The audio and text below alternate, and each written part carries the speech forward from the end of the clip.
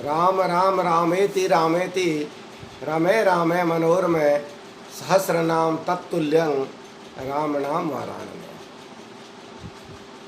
हाय हमारे सभी स्नेही वृंद, और हम अपने इस YouTube चैनल पर आप सभी का स्वागत करते हैं।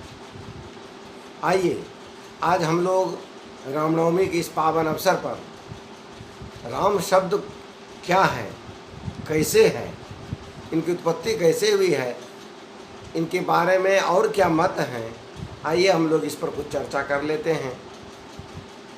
सबसे फर्स्ट पॉइंट, राम शब्द क्या है। यदि हम व्युत्पत्ति की दृष्टि से देखें, व्याकरणिक दृष्टि से, व्याकरण की दृष्टि से, ग्रामर की दृष्टि से, तो राम शब्द रम धातु से बनता है, वह है जिसका अर्थ है रमण करना, रहना। अर्थात रम धातु में जब घय प्रत्यय होता है तो राम शब्द बनता है।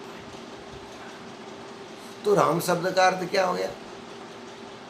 राम शब्द का अर्थ हुआ कि रमन्ते क्रियन्ते योगिनो यस्मिन् स्वरामा। विशेष अर्थ यदि देखें तो जिसमें योगी महात्मा सिद्ध लोग रमण करते हैं वो राम। या दूसरा यदि हम सामान्य में लौकिक यदि अर्थ लें कि राम शब्द का क्या अर्थ होगा, तो सामान्य अर्थ में राम शब्द का रमण करना, स्थित में रहना, तो इसके लिए होगा कि रमते कणे कणे इति रामा।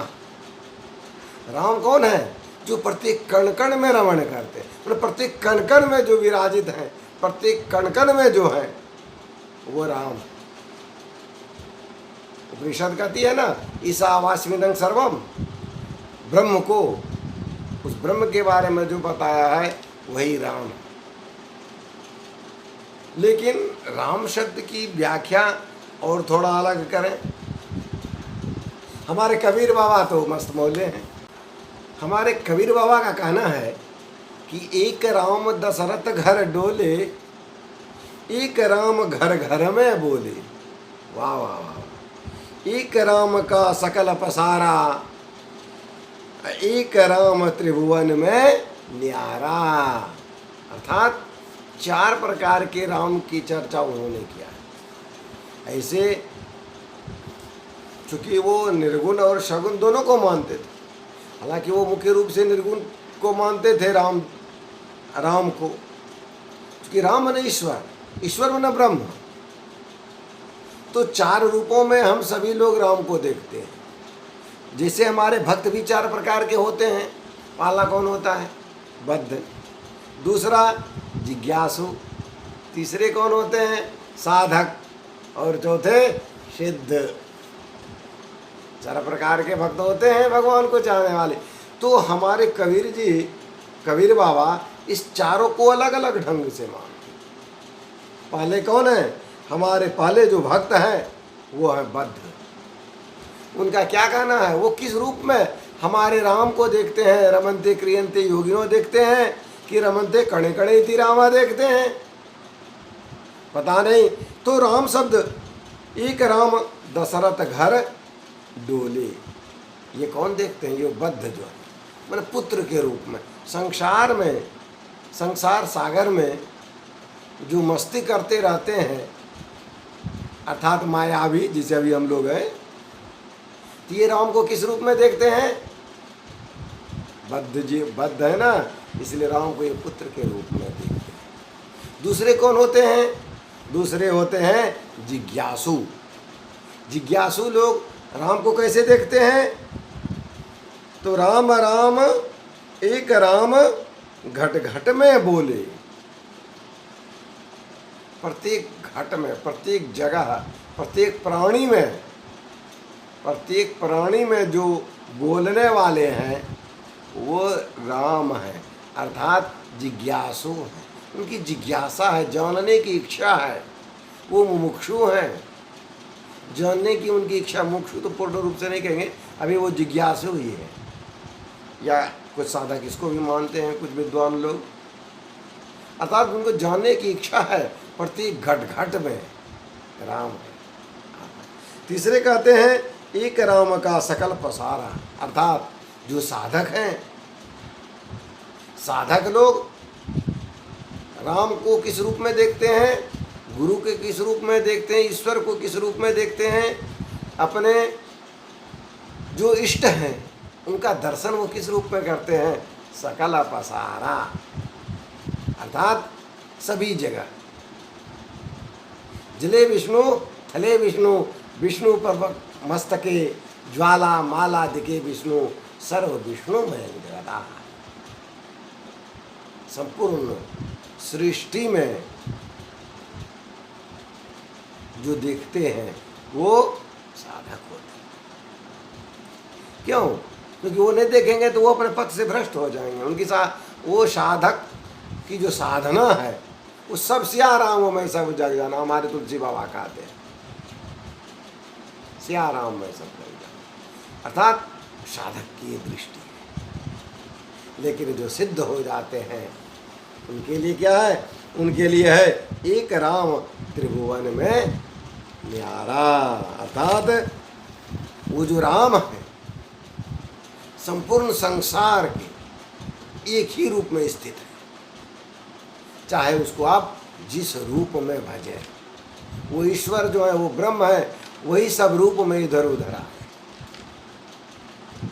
इस संसार को बनाने वाले जो कोई तत्व है, जो कोई शक्ति है, जो कोई पावर है, वही कौन है? वही राम है, जिसको कि बहुत सारे संत लोग एक ज्योति, एक प्रकाश मानते हैं। अर्थात हमारे कबीर बाबा के अनुसार राम को इस रूप में हम लोग जानते हैं। थोड़ा सा और चलें, कहाँ? हम अपने रामायण में, क्योंकि अभी हमारे राम जी का जन्मोत्सव है, तो थोड़ा सा हम लोग रामायण में प्रवेश करते हैं। रामायण शब्द का अर्थ ही होता है राम प्लस आयन, रामायण।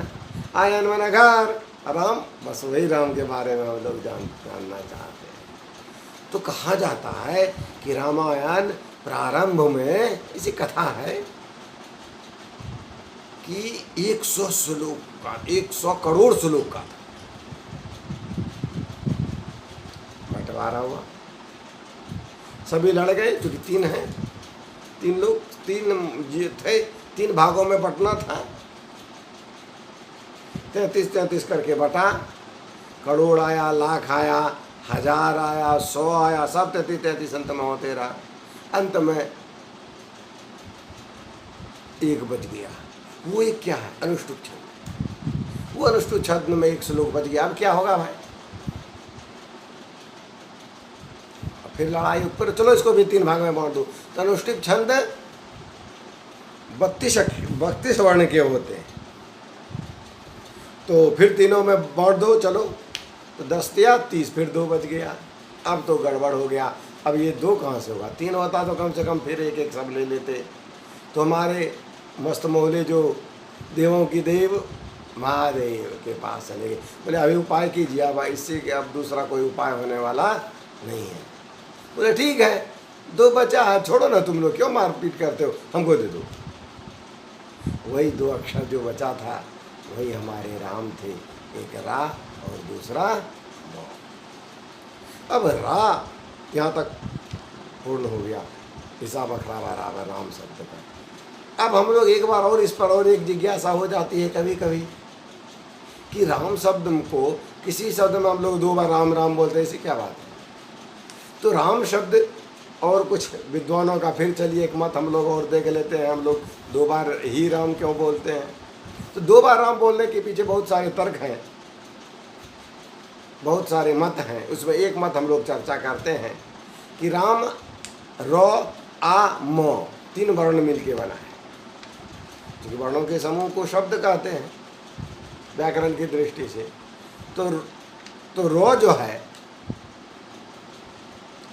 वो व्यंजन वर्ण है, और व्यंजन वर्ण के 27वां वर्ण जो होता है वो रो होता है। कबर कुचु टू तुपु मुँह, कुचु टू तुपु, कबर चबर के टबर के तबर पवर्ग, और रो 25 2 27, 27 हो गया। और हमारे आ स्वर वर्ण है, सेकंड 2, तो 27 2 29, और म 25, क्योंकि पवर्ग का लास्ट है। वर्ग 5 प्रकार के होते हैं, पवर कवर्ग चवर्ग कवर्ग चवर्ग टवर्ग तवर्ग पवर्ग, और हालांकि और स्ववर्ग मानता है, लेकिन स्पर्श जो होते हैं वो 25 ही होते हैं। तो इस तरह से 27 2 और 25 हम लोग देखें तो कुल होता है 54। ये बड़े बड़े ऋषि महात्मा संतों का मत है, मेरा अपना कुछ नहीं है, उन्हीं सब का मैं प्रसाद आपको दे रहा हूँ, हम भी उन्हीं लोगों से लिया। तो एक बार 54 हो गया 54, 2 बार बोलते हैं राम राम मैंने 108, 108 का भी अब बहुत महत्व है। चलिए उतना ज़्यादा हम लोग अभी जाएंगे तो फिर समय ज़्यादा लगने वाला है, इसलिए चलिए हम लोग राम राम 2 बार 108 हो गया, अर्थात हमारे माला में भी 108 मणिका होती है। अर्थात 2 बार यदि हम लोग राम बोल लेते हैं, समझिए कि संपूर्ण ब्रह्मांड आपके पास आ गया। नहीं, आपके पास तीनों लोक के सुख आपके पास पहुंच जाते हैं। इसलिए इस तरह से यदि हम लोग देखें, और एक तरह से यदि देखें, हमारे राम जी का 7वां अवतार है, 10 अवतार में 7वां अवतार राम है। 7 का एक अलगे महत्व है, फिर अंक में जाएंगे तो फिर वहाँ एक अलगे महत्व हो जाएगा। खैर, इस तरह से हमारे राम जी के इस पावन अवसर पर हम लोग राम शब्द पर आज विचार किए हैं। मेरा वीडियो यदि आपको अच्छा लगा सब्सक्राइब जरूर कर लीजिएगा। यदि कुछ आप सीख लिए हो, नहीं कुछ नहीं सीखे छोड़ दीजिएगा, सब्सक्राइब मत कीजिएगा, लेकिन प्रेम से बोलिए राधे राधे। राम सिया रामचंद्र की जय हो, जय हो, जय हो।